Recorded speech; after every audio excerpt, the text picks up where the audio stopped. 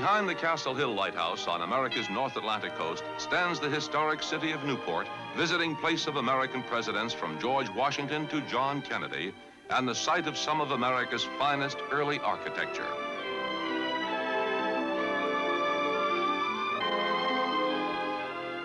On November 6, 1961, Newport is the first meeting place in America of Prime Minister Jawaharlal Nehru and President John F. Kennedy.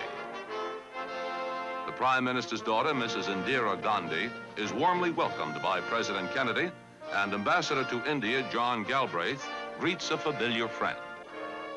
A group of Indian students from nearby Brown University welcomes the distinguished visitors.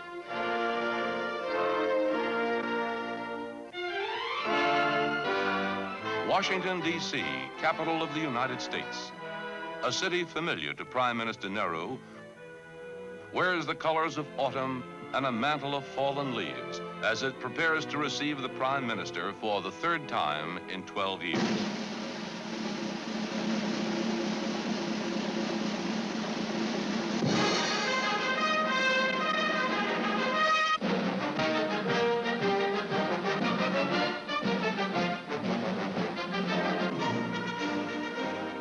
President and Mrs. Kennedy escort Mr. Nehru and his daughter on the short flight from Newport to Washington aboard the presidential plane.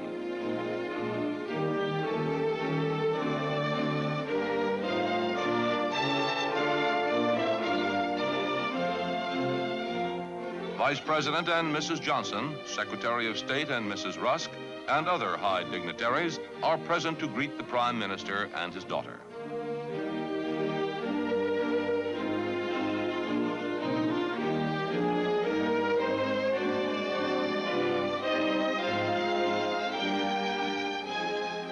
The cordial atmosphere of the greeting reflects the great affection and high regard in which the American nation holds the Prime Minister and his daughter.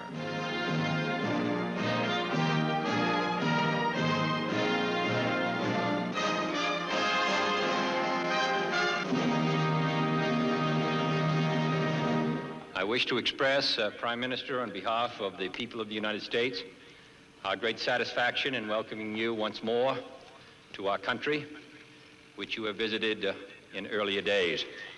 So, Prime Minister, we welcome you here to the shores of this country as a friend, as a great world leader, as one who has, in his own life and times, stood for those basic aspirations which the United States stands for today.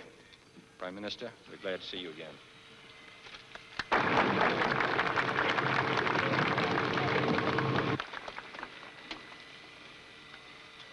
Mr. President, Ms. Kennedy, I feel deeply honored and happy being here again and to receive this great welcome from you, more particularly not for the formal side of it, but for the friendship which animated your words. You have been good enough in the past also to refer to my country in terms which evoked a warm response in our hearts. I am grateful to you, sir, for your warm welcome, and to Mrs. Kennedy also.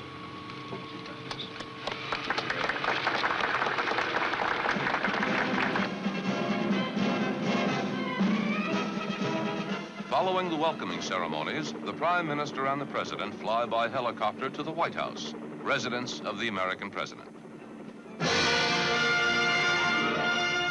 Throughout the capital city, there prevails an atmosphere of keen interest and curiosity in the Prime Minister's visit.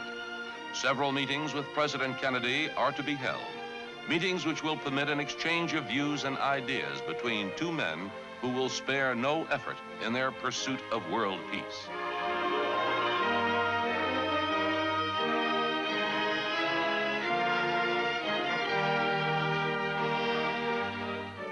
Later that evening, the Prime Minister and his daughter arrive at the White House to be greeted by President and Mrs. Kennedy, who have arranged an intimate and informal dinner during which the two world leaders and the two First Ladies will continue to become better acquainted.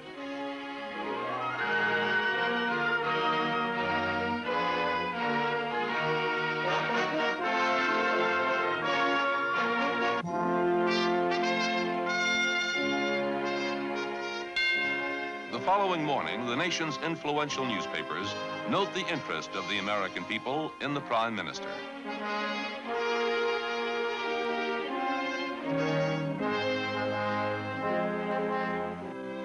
That afternoon, the third meeting between the two leaders takes place. Scores of reporters and photographers crowd around to hear the Prime Minister reply, "Very well indeed," when asked about the progress of the discussions.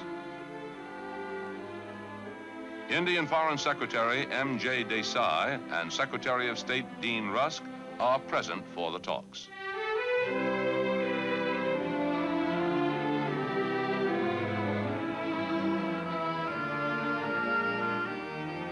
Several hours later, the President and Prime Minister emerge to tell the press that the free and very frank discussions had progressed well and covered a wide range of topics, from the protection of free and independent states to the control of nuclear testing.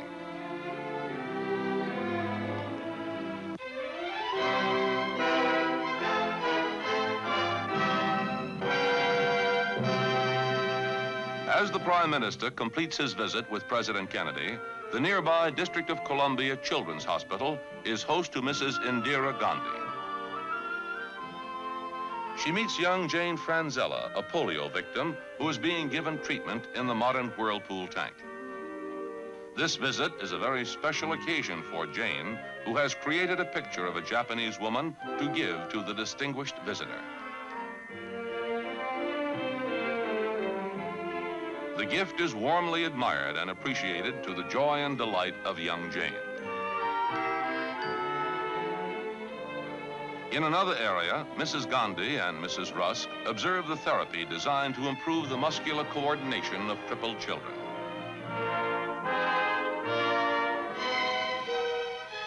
Later that evening at the newly decorated Indian Embassy, Ambassador and Mrs. B.K. Nehru give a reception in honor of the Prime Minister and his daughter. Distinguished visitors from the diplomatic world and old friends from the Washington community have come in large numbers to greet the visitors.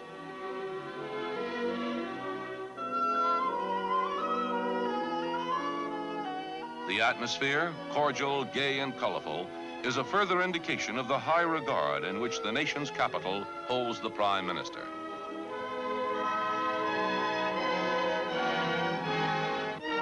On the next day of the Prime Minister's visit, Mr. Nehru is guest of the National Press Club, where several hundred correspondents of the national and world press have gathered to greet and listen to one of the world's most newsworthy figures.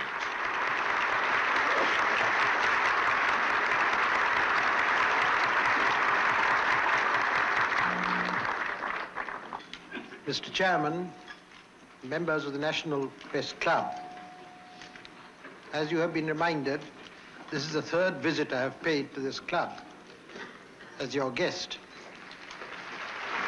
Speaking of India's development, the Prime Minister says, there's a dynamism in India today, people's minds in activities, in agriculture, in industry, in social services and the like. That is the main thing. And therefore, we have a good deal of faith in the future. During the traditional question and answer period after lunch, Mr. Nehru's replies cover a wide range of topics. First question, as the acknowledged leader of the neutralist bloc of nations, what is your opinion of the continued nuclear blasting by the USSR? Well, the answer is there is no neutralist bloc. Secondly, I'm not the leader of anybody. If you like, my people have done me the honor of putting me in a very responsible position in India, so I can claim to speak on behalf of India. As for the resumption of nuclear tests by the Soviet Union, I've often stated that I've thought it a very harmful, disastrous thing.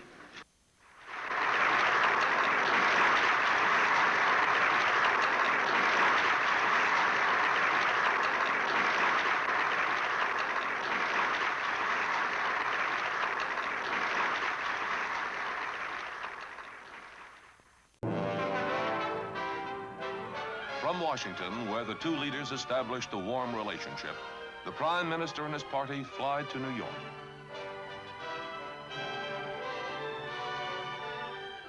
A city of more than 8 million people, a city in constant change, a city of culture, a city of hope. In the crowded General Assembly of the United Nations, the Indian Prime Minister is greeted by a prolonged ovation as he is presented to the delegates by its president, Manji Slim of Tunisia. It is a little over a year now since I had the honor of addressing this great assembly. In the course of this year, much has happened, and this organization, which represents the world community, has faced many crises. And among these crises has been the tragic death of the late Secretary General, Mr. Hammarskjöld. During his address, Prime Minister Nehru suggests that the tensions of the world might be lessened and the international atmosphere improved if the United Nations were to embark upon a World Cooperation Year, patterned after the International Geophysical Year, during which nations would increase cultural, scientific, and economic exchanges. Little is known or little is said about this cooperation that is going on, but a great deal is said about every point of conflict. The Prime Minister goes on to express his opposition to nuclear testing in any form and calls for a cessation of tests under an international treaty with effective controls. I'm grateful to you, sir, for this opportunity that has been given to me to address this great assembly. Again, I would repeat that the future of the world depends so much on the continuance of the United Nations organization. Without it, perhaps that future itself would end. Thank you, sir.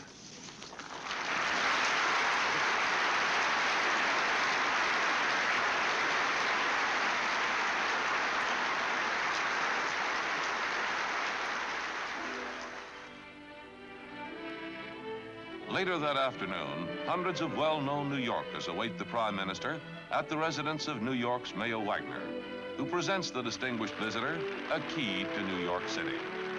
Ambassador Galbraith takes the occasion to announce on behalf of President Kennedy that a United States educational consortium for India is being formed to help establish a technical institute at Kanpur. Mrs. Indira Gandhi thanks her hosts for the cordial welcome. Early the following day, several thousand college students gather at New York's Commodore Hotel under the sponsorship of the Collegiate Council for the United Nations. The Prime Minister is greeted with a tumultuous ovation from the students who have waited for hours to see him. Mr. Nehru speaks of the need for enlarging the area of understanding of each other through study, through exchanges, through increased mutual interest, in order to gain the passionately sought goal of world peace.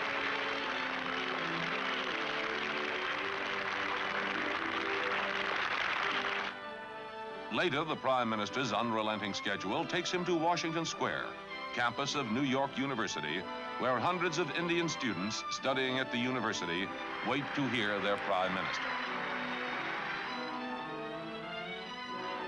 He reminds the Indian students that the knowledge and skills which they will acquire in their studies are of great value both to them and to their country.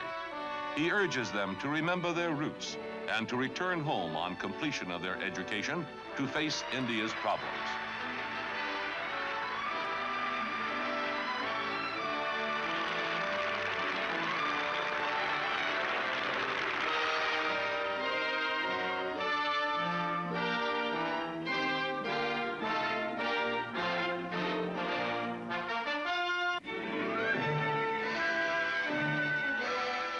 The next morning, the party flies completely across the nation to Los Angeles. The Prime Minister takes the occasion to glance at some of the many books given to him during his visit. As he flies over the American continent, the flight offers the reflective Indian leader a rare opportunity to relax.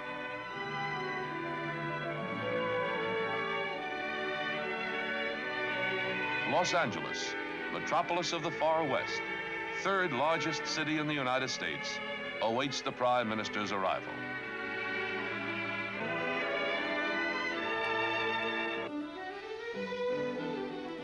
Mr. Nehru soon finds a few brief hours far away from the world of reality as he enters the magic kingdom of Disneyland, a fantasy park dedicated to the ideals, the dreams, and the hard facts which have created America. A replica of an early American train conveys the Prime Minister into the American yesterday.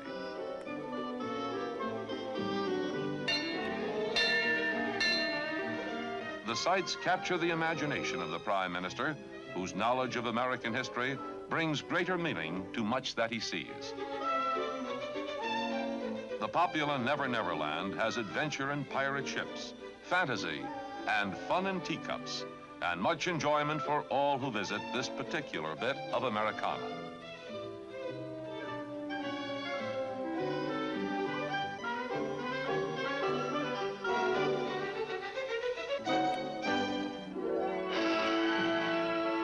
Toward evening, the Prime Minister and his party move on to their next engagement in a metropolis that has perhaps more automobile traffic than any city in the world. Los Angeles covers a vast area, as Mr. Nehru sees while he keeps his many engagements at widely separated points throughout the city.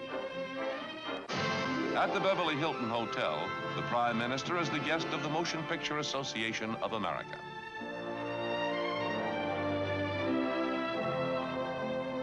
Delighted stars arrive to greet the Prime Minister. But it is Mr. Nehru who is the star here, as he has been throughout his visit to the United States, where for 9 days he has been seen and heard by more Americans than almost any visiting world leader in history.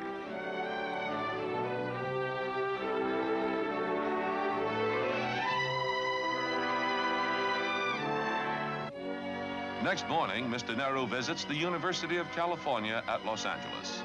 Several thousand American students, together with their fellow Indian students, gather at the university to fete Mr. Nehru on his 72nd birthday.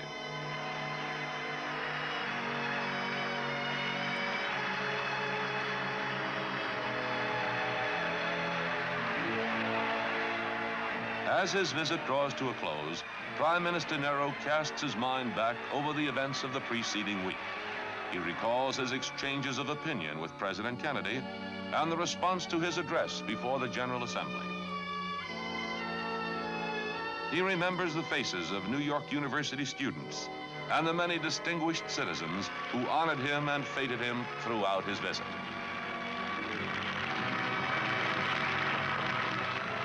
The moment for Mr. Nehru's departure is near, but the crowds which turned out everywhere he went are still present to bid him goodbye. The American hosts express not only their admiration and respect for their departing guest, but also the friendship of the American people for India. Before leaving the United States, Mr. Nehru says that his visit to America has been good for him and good for his country, and that he is sure that it will lead to a much greater understanding and cooperation between the two nations.